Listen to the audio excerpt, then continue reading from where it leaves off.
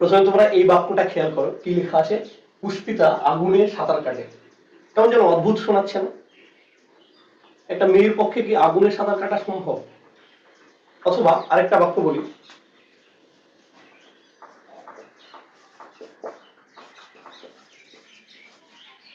গরুতে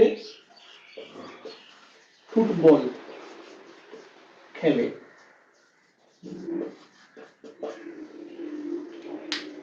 কি লেখা আছে? গরুতে ফুটবল খেলে। এটা কি কখনো সম্ভব? আসলে এই বাক্যগুলোতে পদ এর সমষ্টি থাকলেও এবং পদগুলি যথাযথ জায়গায় বসালেও এগুলো কি ভাব প্রকাশের অসঙ্গতি আছে, অর্থাৎ বাস্তব জীবনের সঙ্গে এই ঘটনাগুলির মিল নেই। তাহলে কি লিখতে হবে? লাইনটা লিখতে হবে,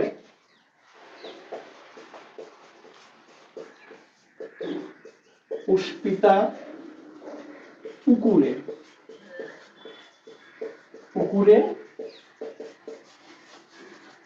সাঁতার কাটে। খেয়াল করো তাহলে যে কি লেখা আছে? পুষ্পিতা পুকুরে সাঁতার কাটে। তাহলে ভাব প্রকাশের সঙ্গতি আছে এবং বাস্তব জীবনের সঙ্গে তাহলে কিছু মিল লক্ষ্য করা যায়। তাহলে বাক্য গঠন করতে গেলে আমাদের এই বিষয়টা খেয়াল রাখতে হবে যে যে বাক্যটা আমরা বলছি সেটা যেন ভাব প্রকাশের সঙ্গতি থাকে, বা সেই কথাটা যেন বাস্তব জগতের সঙ্গে বা বাস্তব জীবনের সঙ্গে মিল থাকে। আর বাক্য গঠনের এই যে শর্ত, এই শর্তকে বলা হয় যোগ্যতা।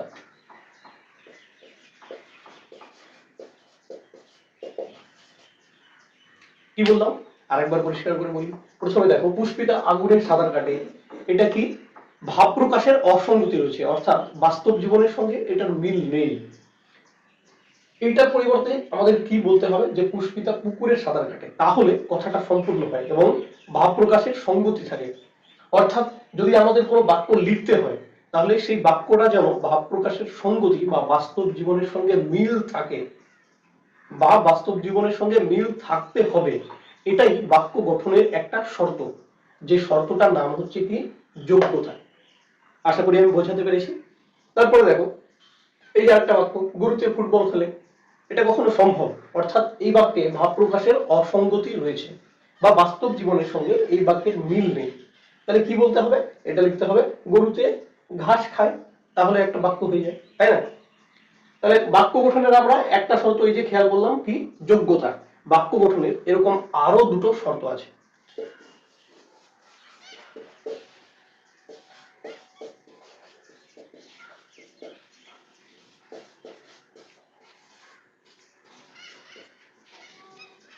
এখন তোমরা বোর্ডে দেখো আরেকটা বাক্য, মূল্যবান পোকায় দলিল কেটেছে। কেমন যেন মনে হচ্ছে না?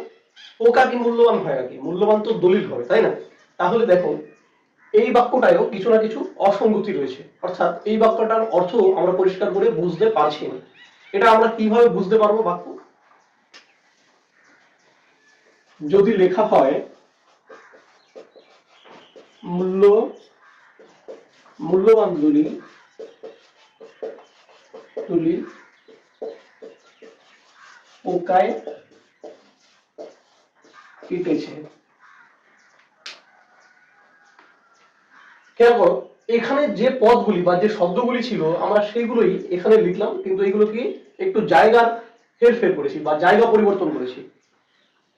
অর্থাৎ কিনা এখানে মূল্যবান শব্দটা আগে ছিল, তারপরে ছিল পোকায়। এখানে কি হলো? মূল্যবানের পরে চলে আসলো দলিল, অর্থাৎ এই পদটা চলে আসলো।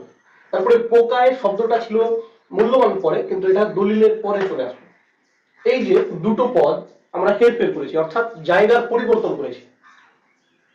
অর্থাৎ কিনা পদগুলিকে নির্দিষ্ট জায়গায়, অর্থাৎ যে জায়গায় বসানোর দরকার আমরা ঠিক সেই জায়গায় বসিয়েছি।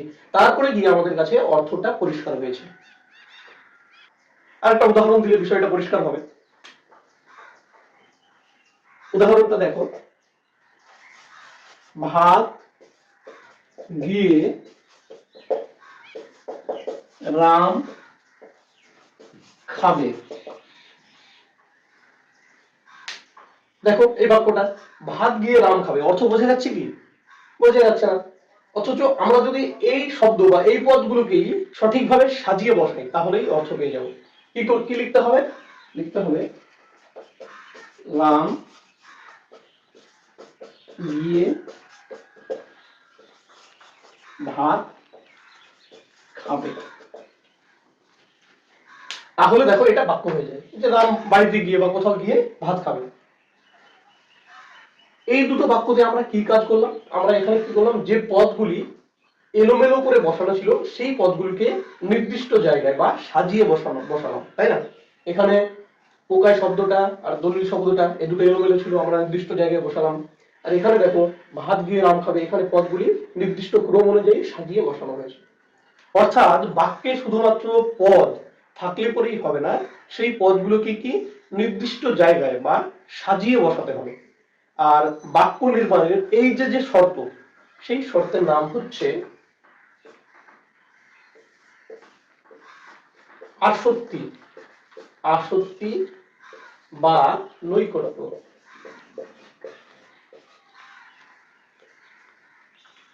কি বললাম, যে বাক্যে ব্যবহৃত পদগুলিকে নির্দিষ্ট জায়গায় বসানোর নাম আসক্তি বা নৈকট্য।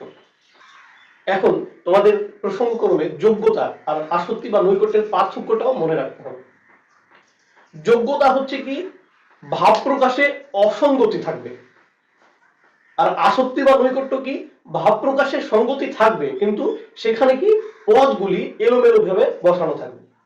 অর্থাৎ পদগুলিকে সঠিকভাবে সাজানোর শর্তকে বলা হয় আসক্তি বা নৈকট্য, আর ভাব প্রকাশের সঙ্গতিকে বলা হয় যোগ্যতা।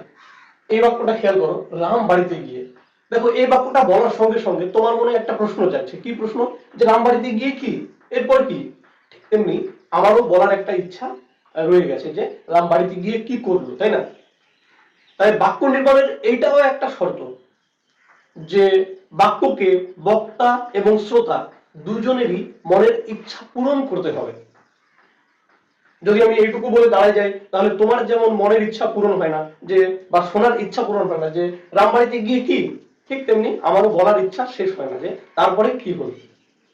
আর বাক্য নির্মাণের এই যে শর্ত, অর্থাৎ যে শর্ত অনুযায়ী বক্তা এবং শ্রোতা দুজনেরই মনের ইচ্ছা পূরণ হবে, সেই শর্তকে বলা হয় আকাঙ্ক্ষা।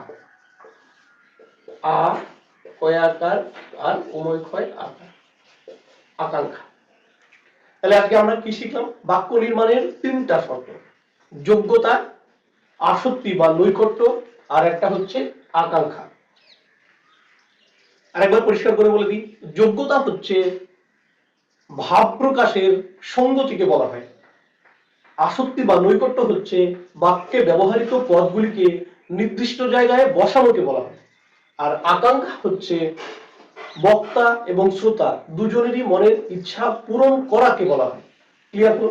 এখন একটা উদাহরণ দেখাই তোমাদের। এখানে খেয়াল করো, খাঁটি গরুর দুধ খেতে হবে, এটি বাক্য নয় কেন? এই প্রশ্নটা মাধ্যমিক 2023-এ আসছিল। বলতো এটা বাক্য নয় কেন? খেয়াল করো তো একটা জিনিস, যে গরু কি খাঁটি আর না খাঁটি হওয়ার প্রশ্ন আসে? নিশ্চয়ই না। গরু যেমন তেমন। খাঁটি হওয়ার প্রশ্ন আসে কি দুধ। অর্থাৎ এখানে কি যে পদগুলি ব্যবহার করা হয়েছে সেই পদগুলি নির্দিষ্ট জায়গায় বসানো হয়নি। কি বলতে হবে? বলতে হবে গরুর, প্রথমে বলতে হবে বাক্যটা এমন হবে, গরুর খাঁটি দুধ খেতে হবে। খেয়াল করে কি লিখলাম, যে গরুর খাঁটি দুধ খেতে হবে, তাহলে বাক্য হয়। কারণ গরুর যেমন তেমনই থাক, দুধটা আমাদের খাঁটি প্রয়োজন, তাই না? তাহলে আমরা কি পরিবর্তন করেছি, এই পদটাকে এইটার পরে নিয়ে চলে আসি। অর্থাৎ কিনা বাক্যের যে পদগুলো ব্যবহার করা হয়েছে সেগুলো নির্দিষ্ট জায়গায় বসিয়ে নিয়েছি। আর বাক্যে ব্যবহৃত পদগুলিকে নির্দিষ্ট জায়গায় বসানোর নাম কি? নিশ্চয়ই মনে পড়েছে, আসক্তি বা নৈকট্য। নৈকট্যটা একটু মনে রাখবা, কাছাকাছি। আসক্তি বা নৈকট্য। তাহলে যদি প্রশ্ন আসে যে এটা বাক্য নয় কেন, তাহলে কি বলতে হবে, যে এই বাক্যে বাক্য নির্মাণের আসক্তি বা নৈকট্য শর্তের অভাব রয়েছে, তাই এটি বাক্য নয়। আজকের ভিডিও এই অবধি।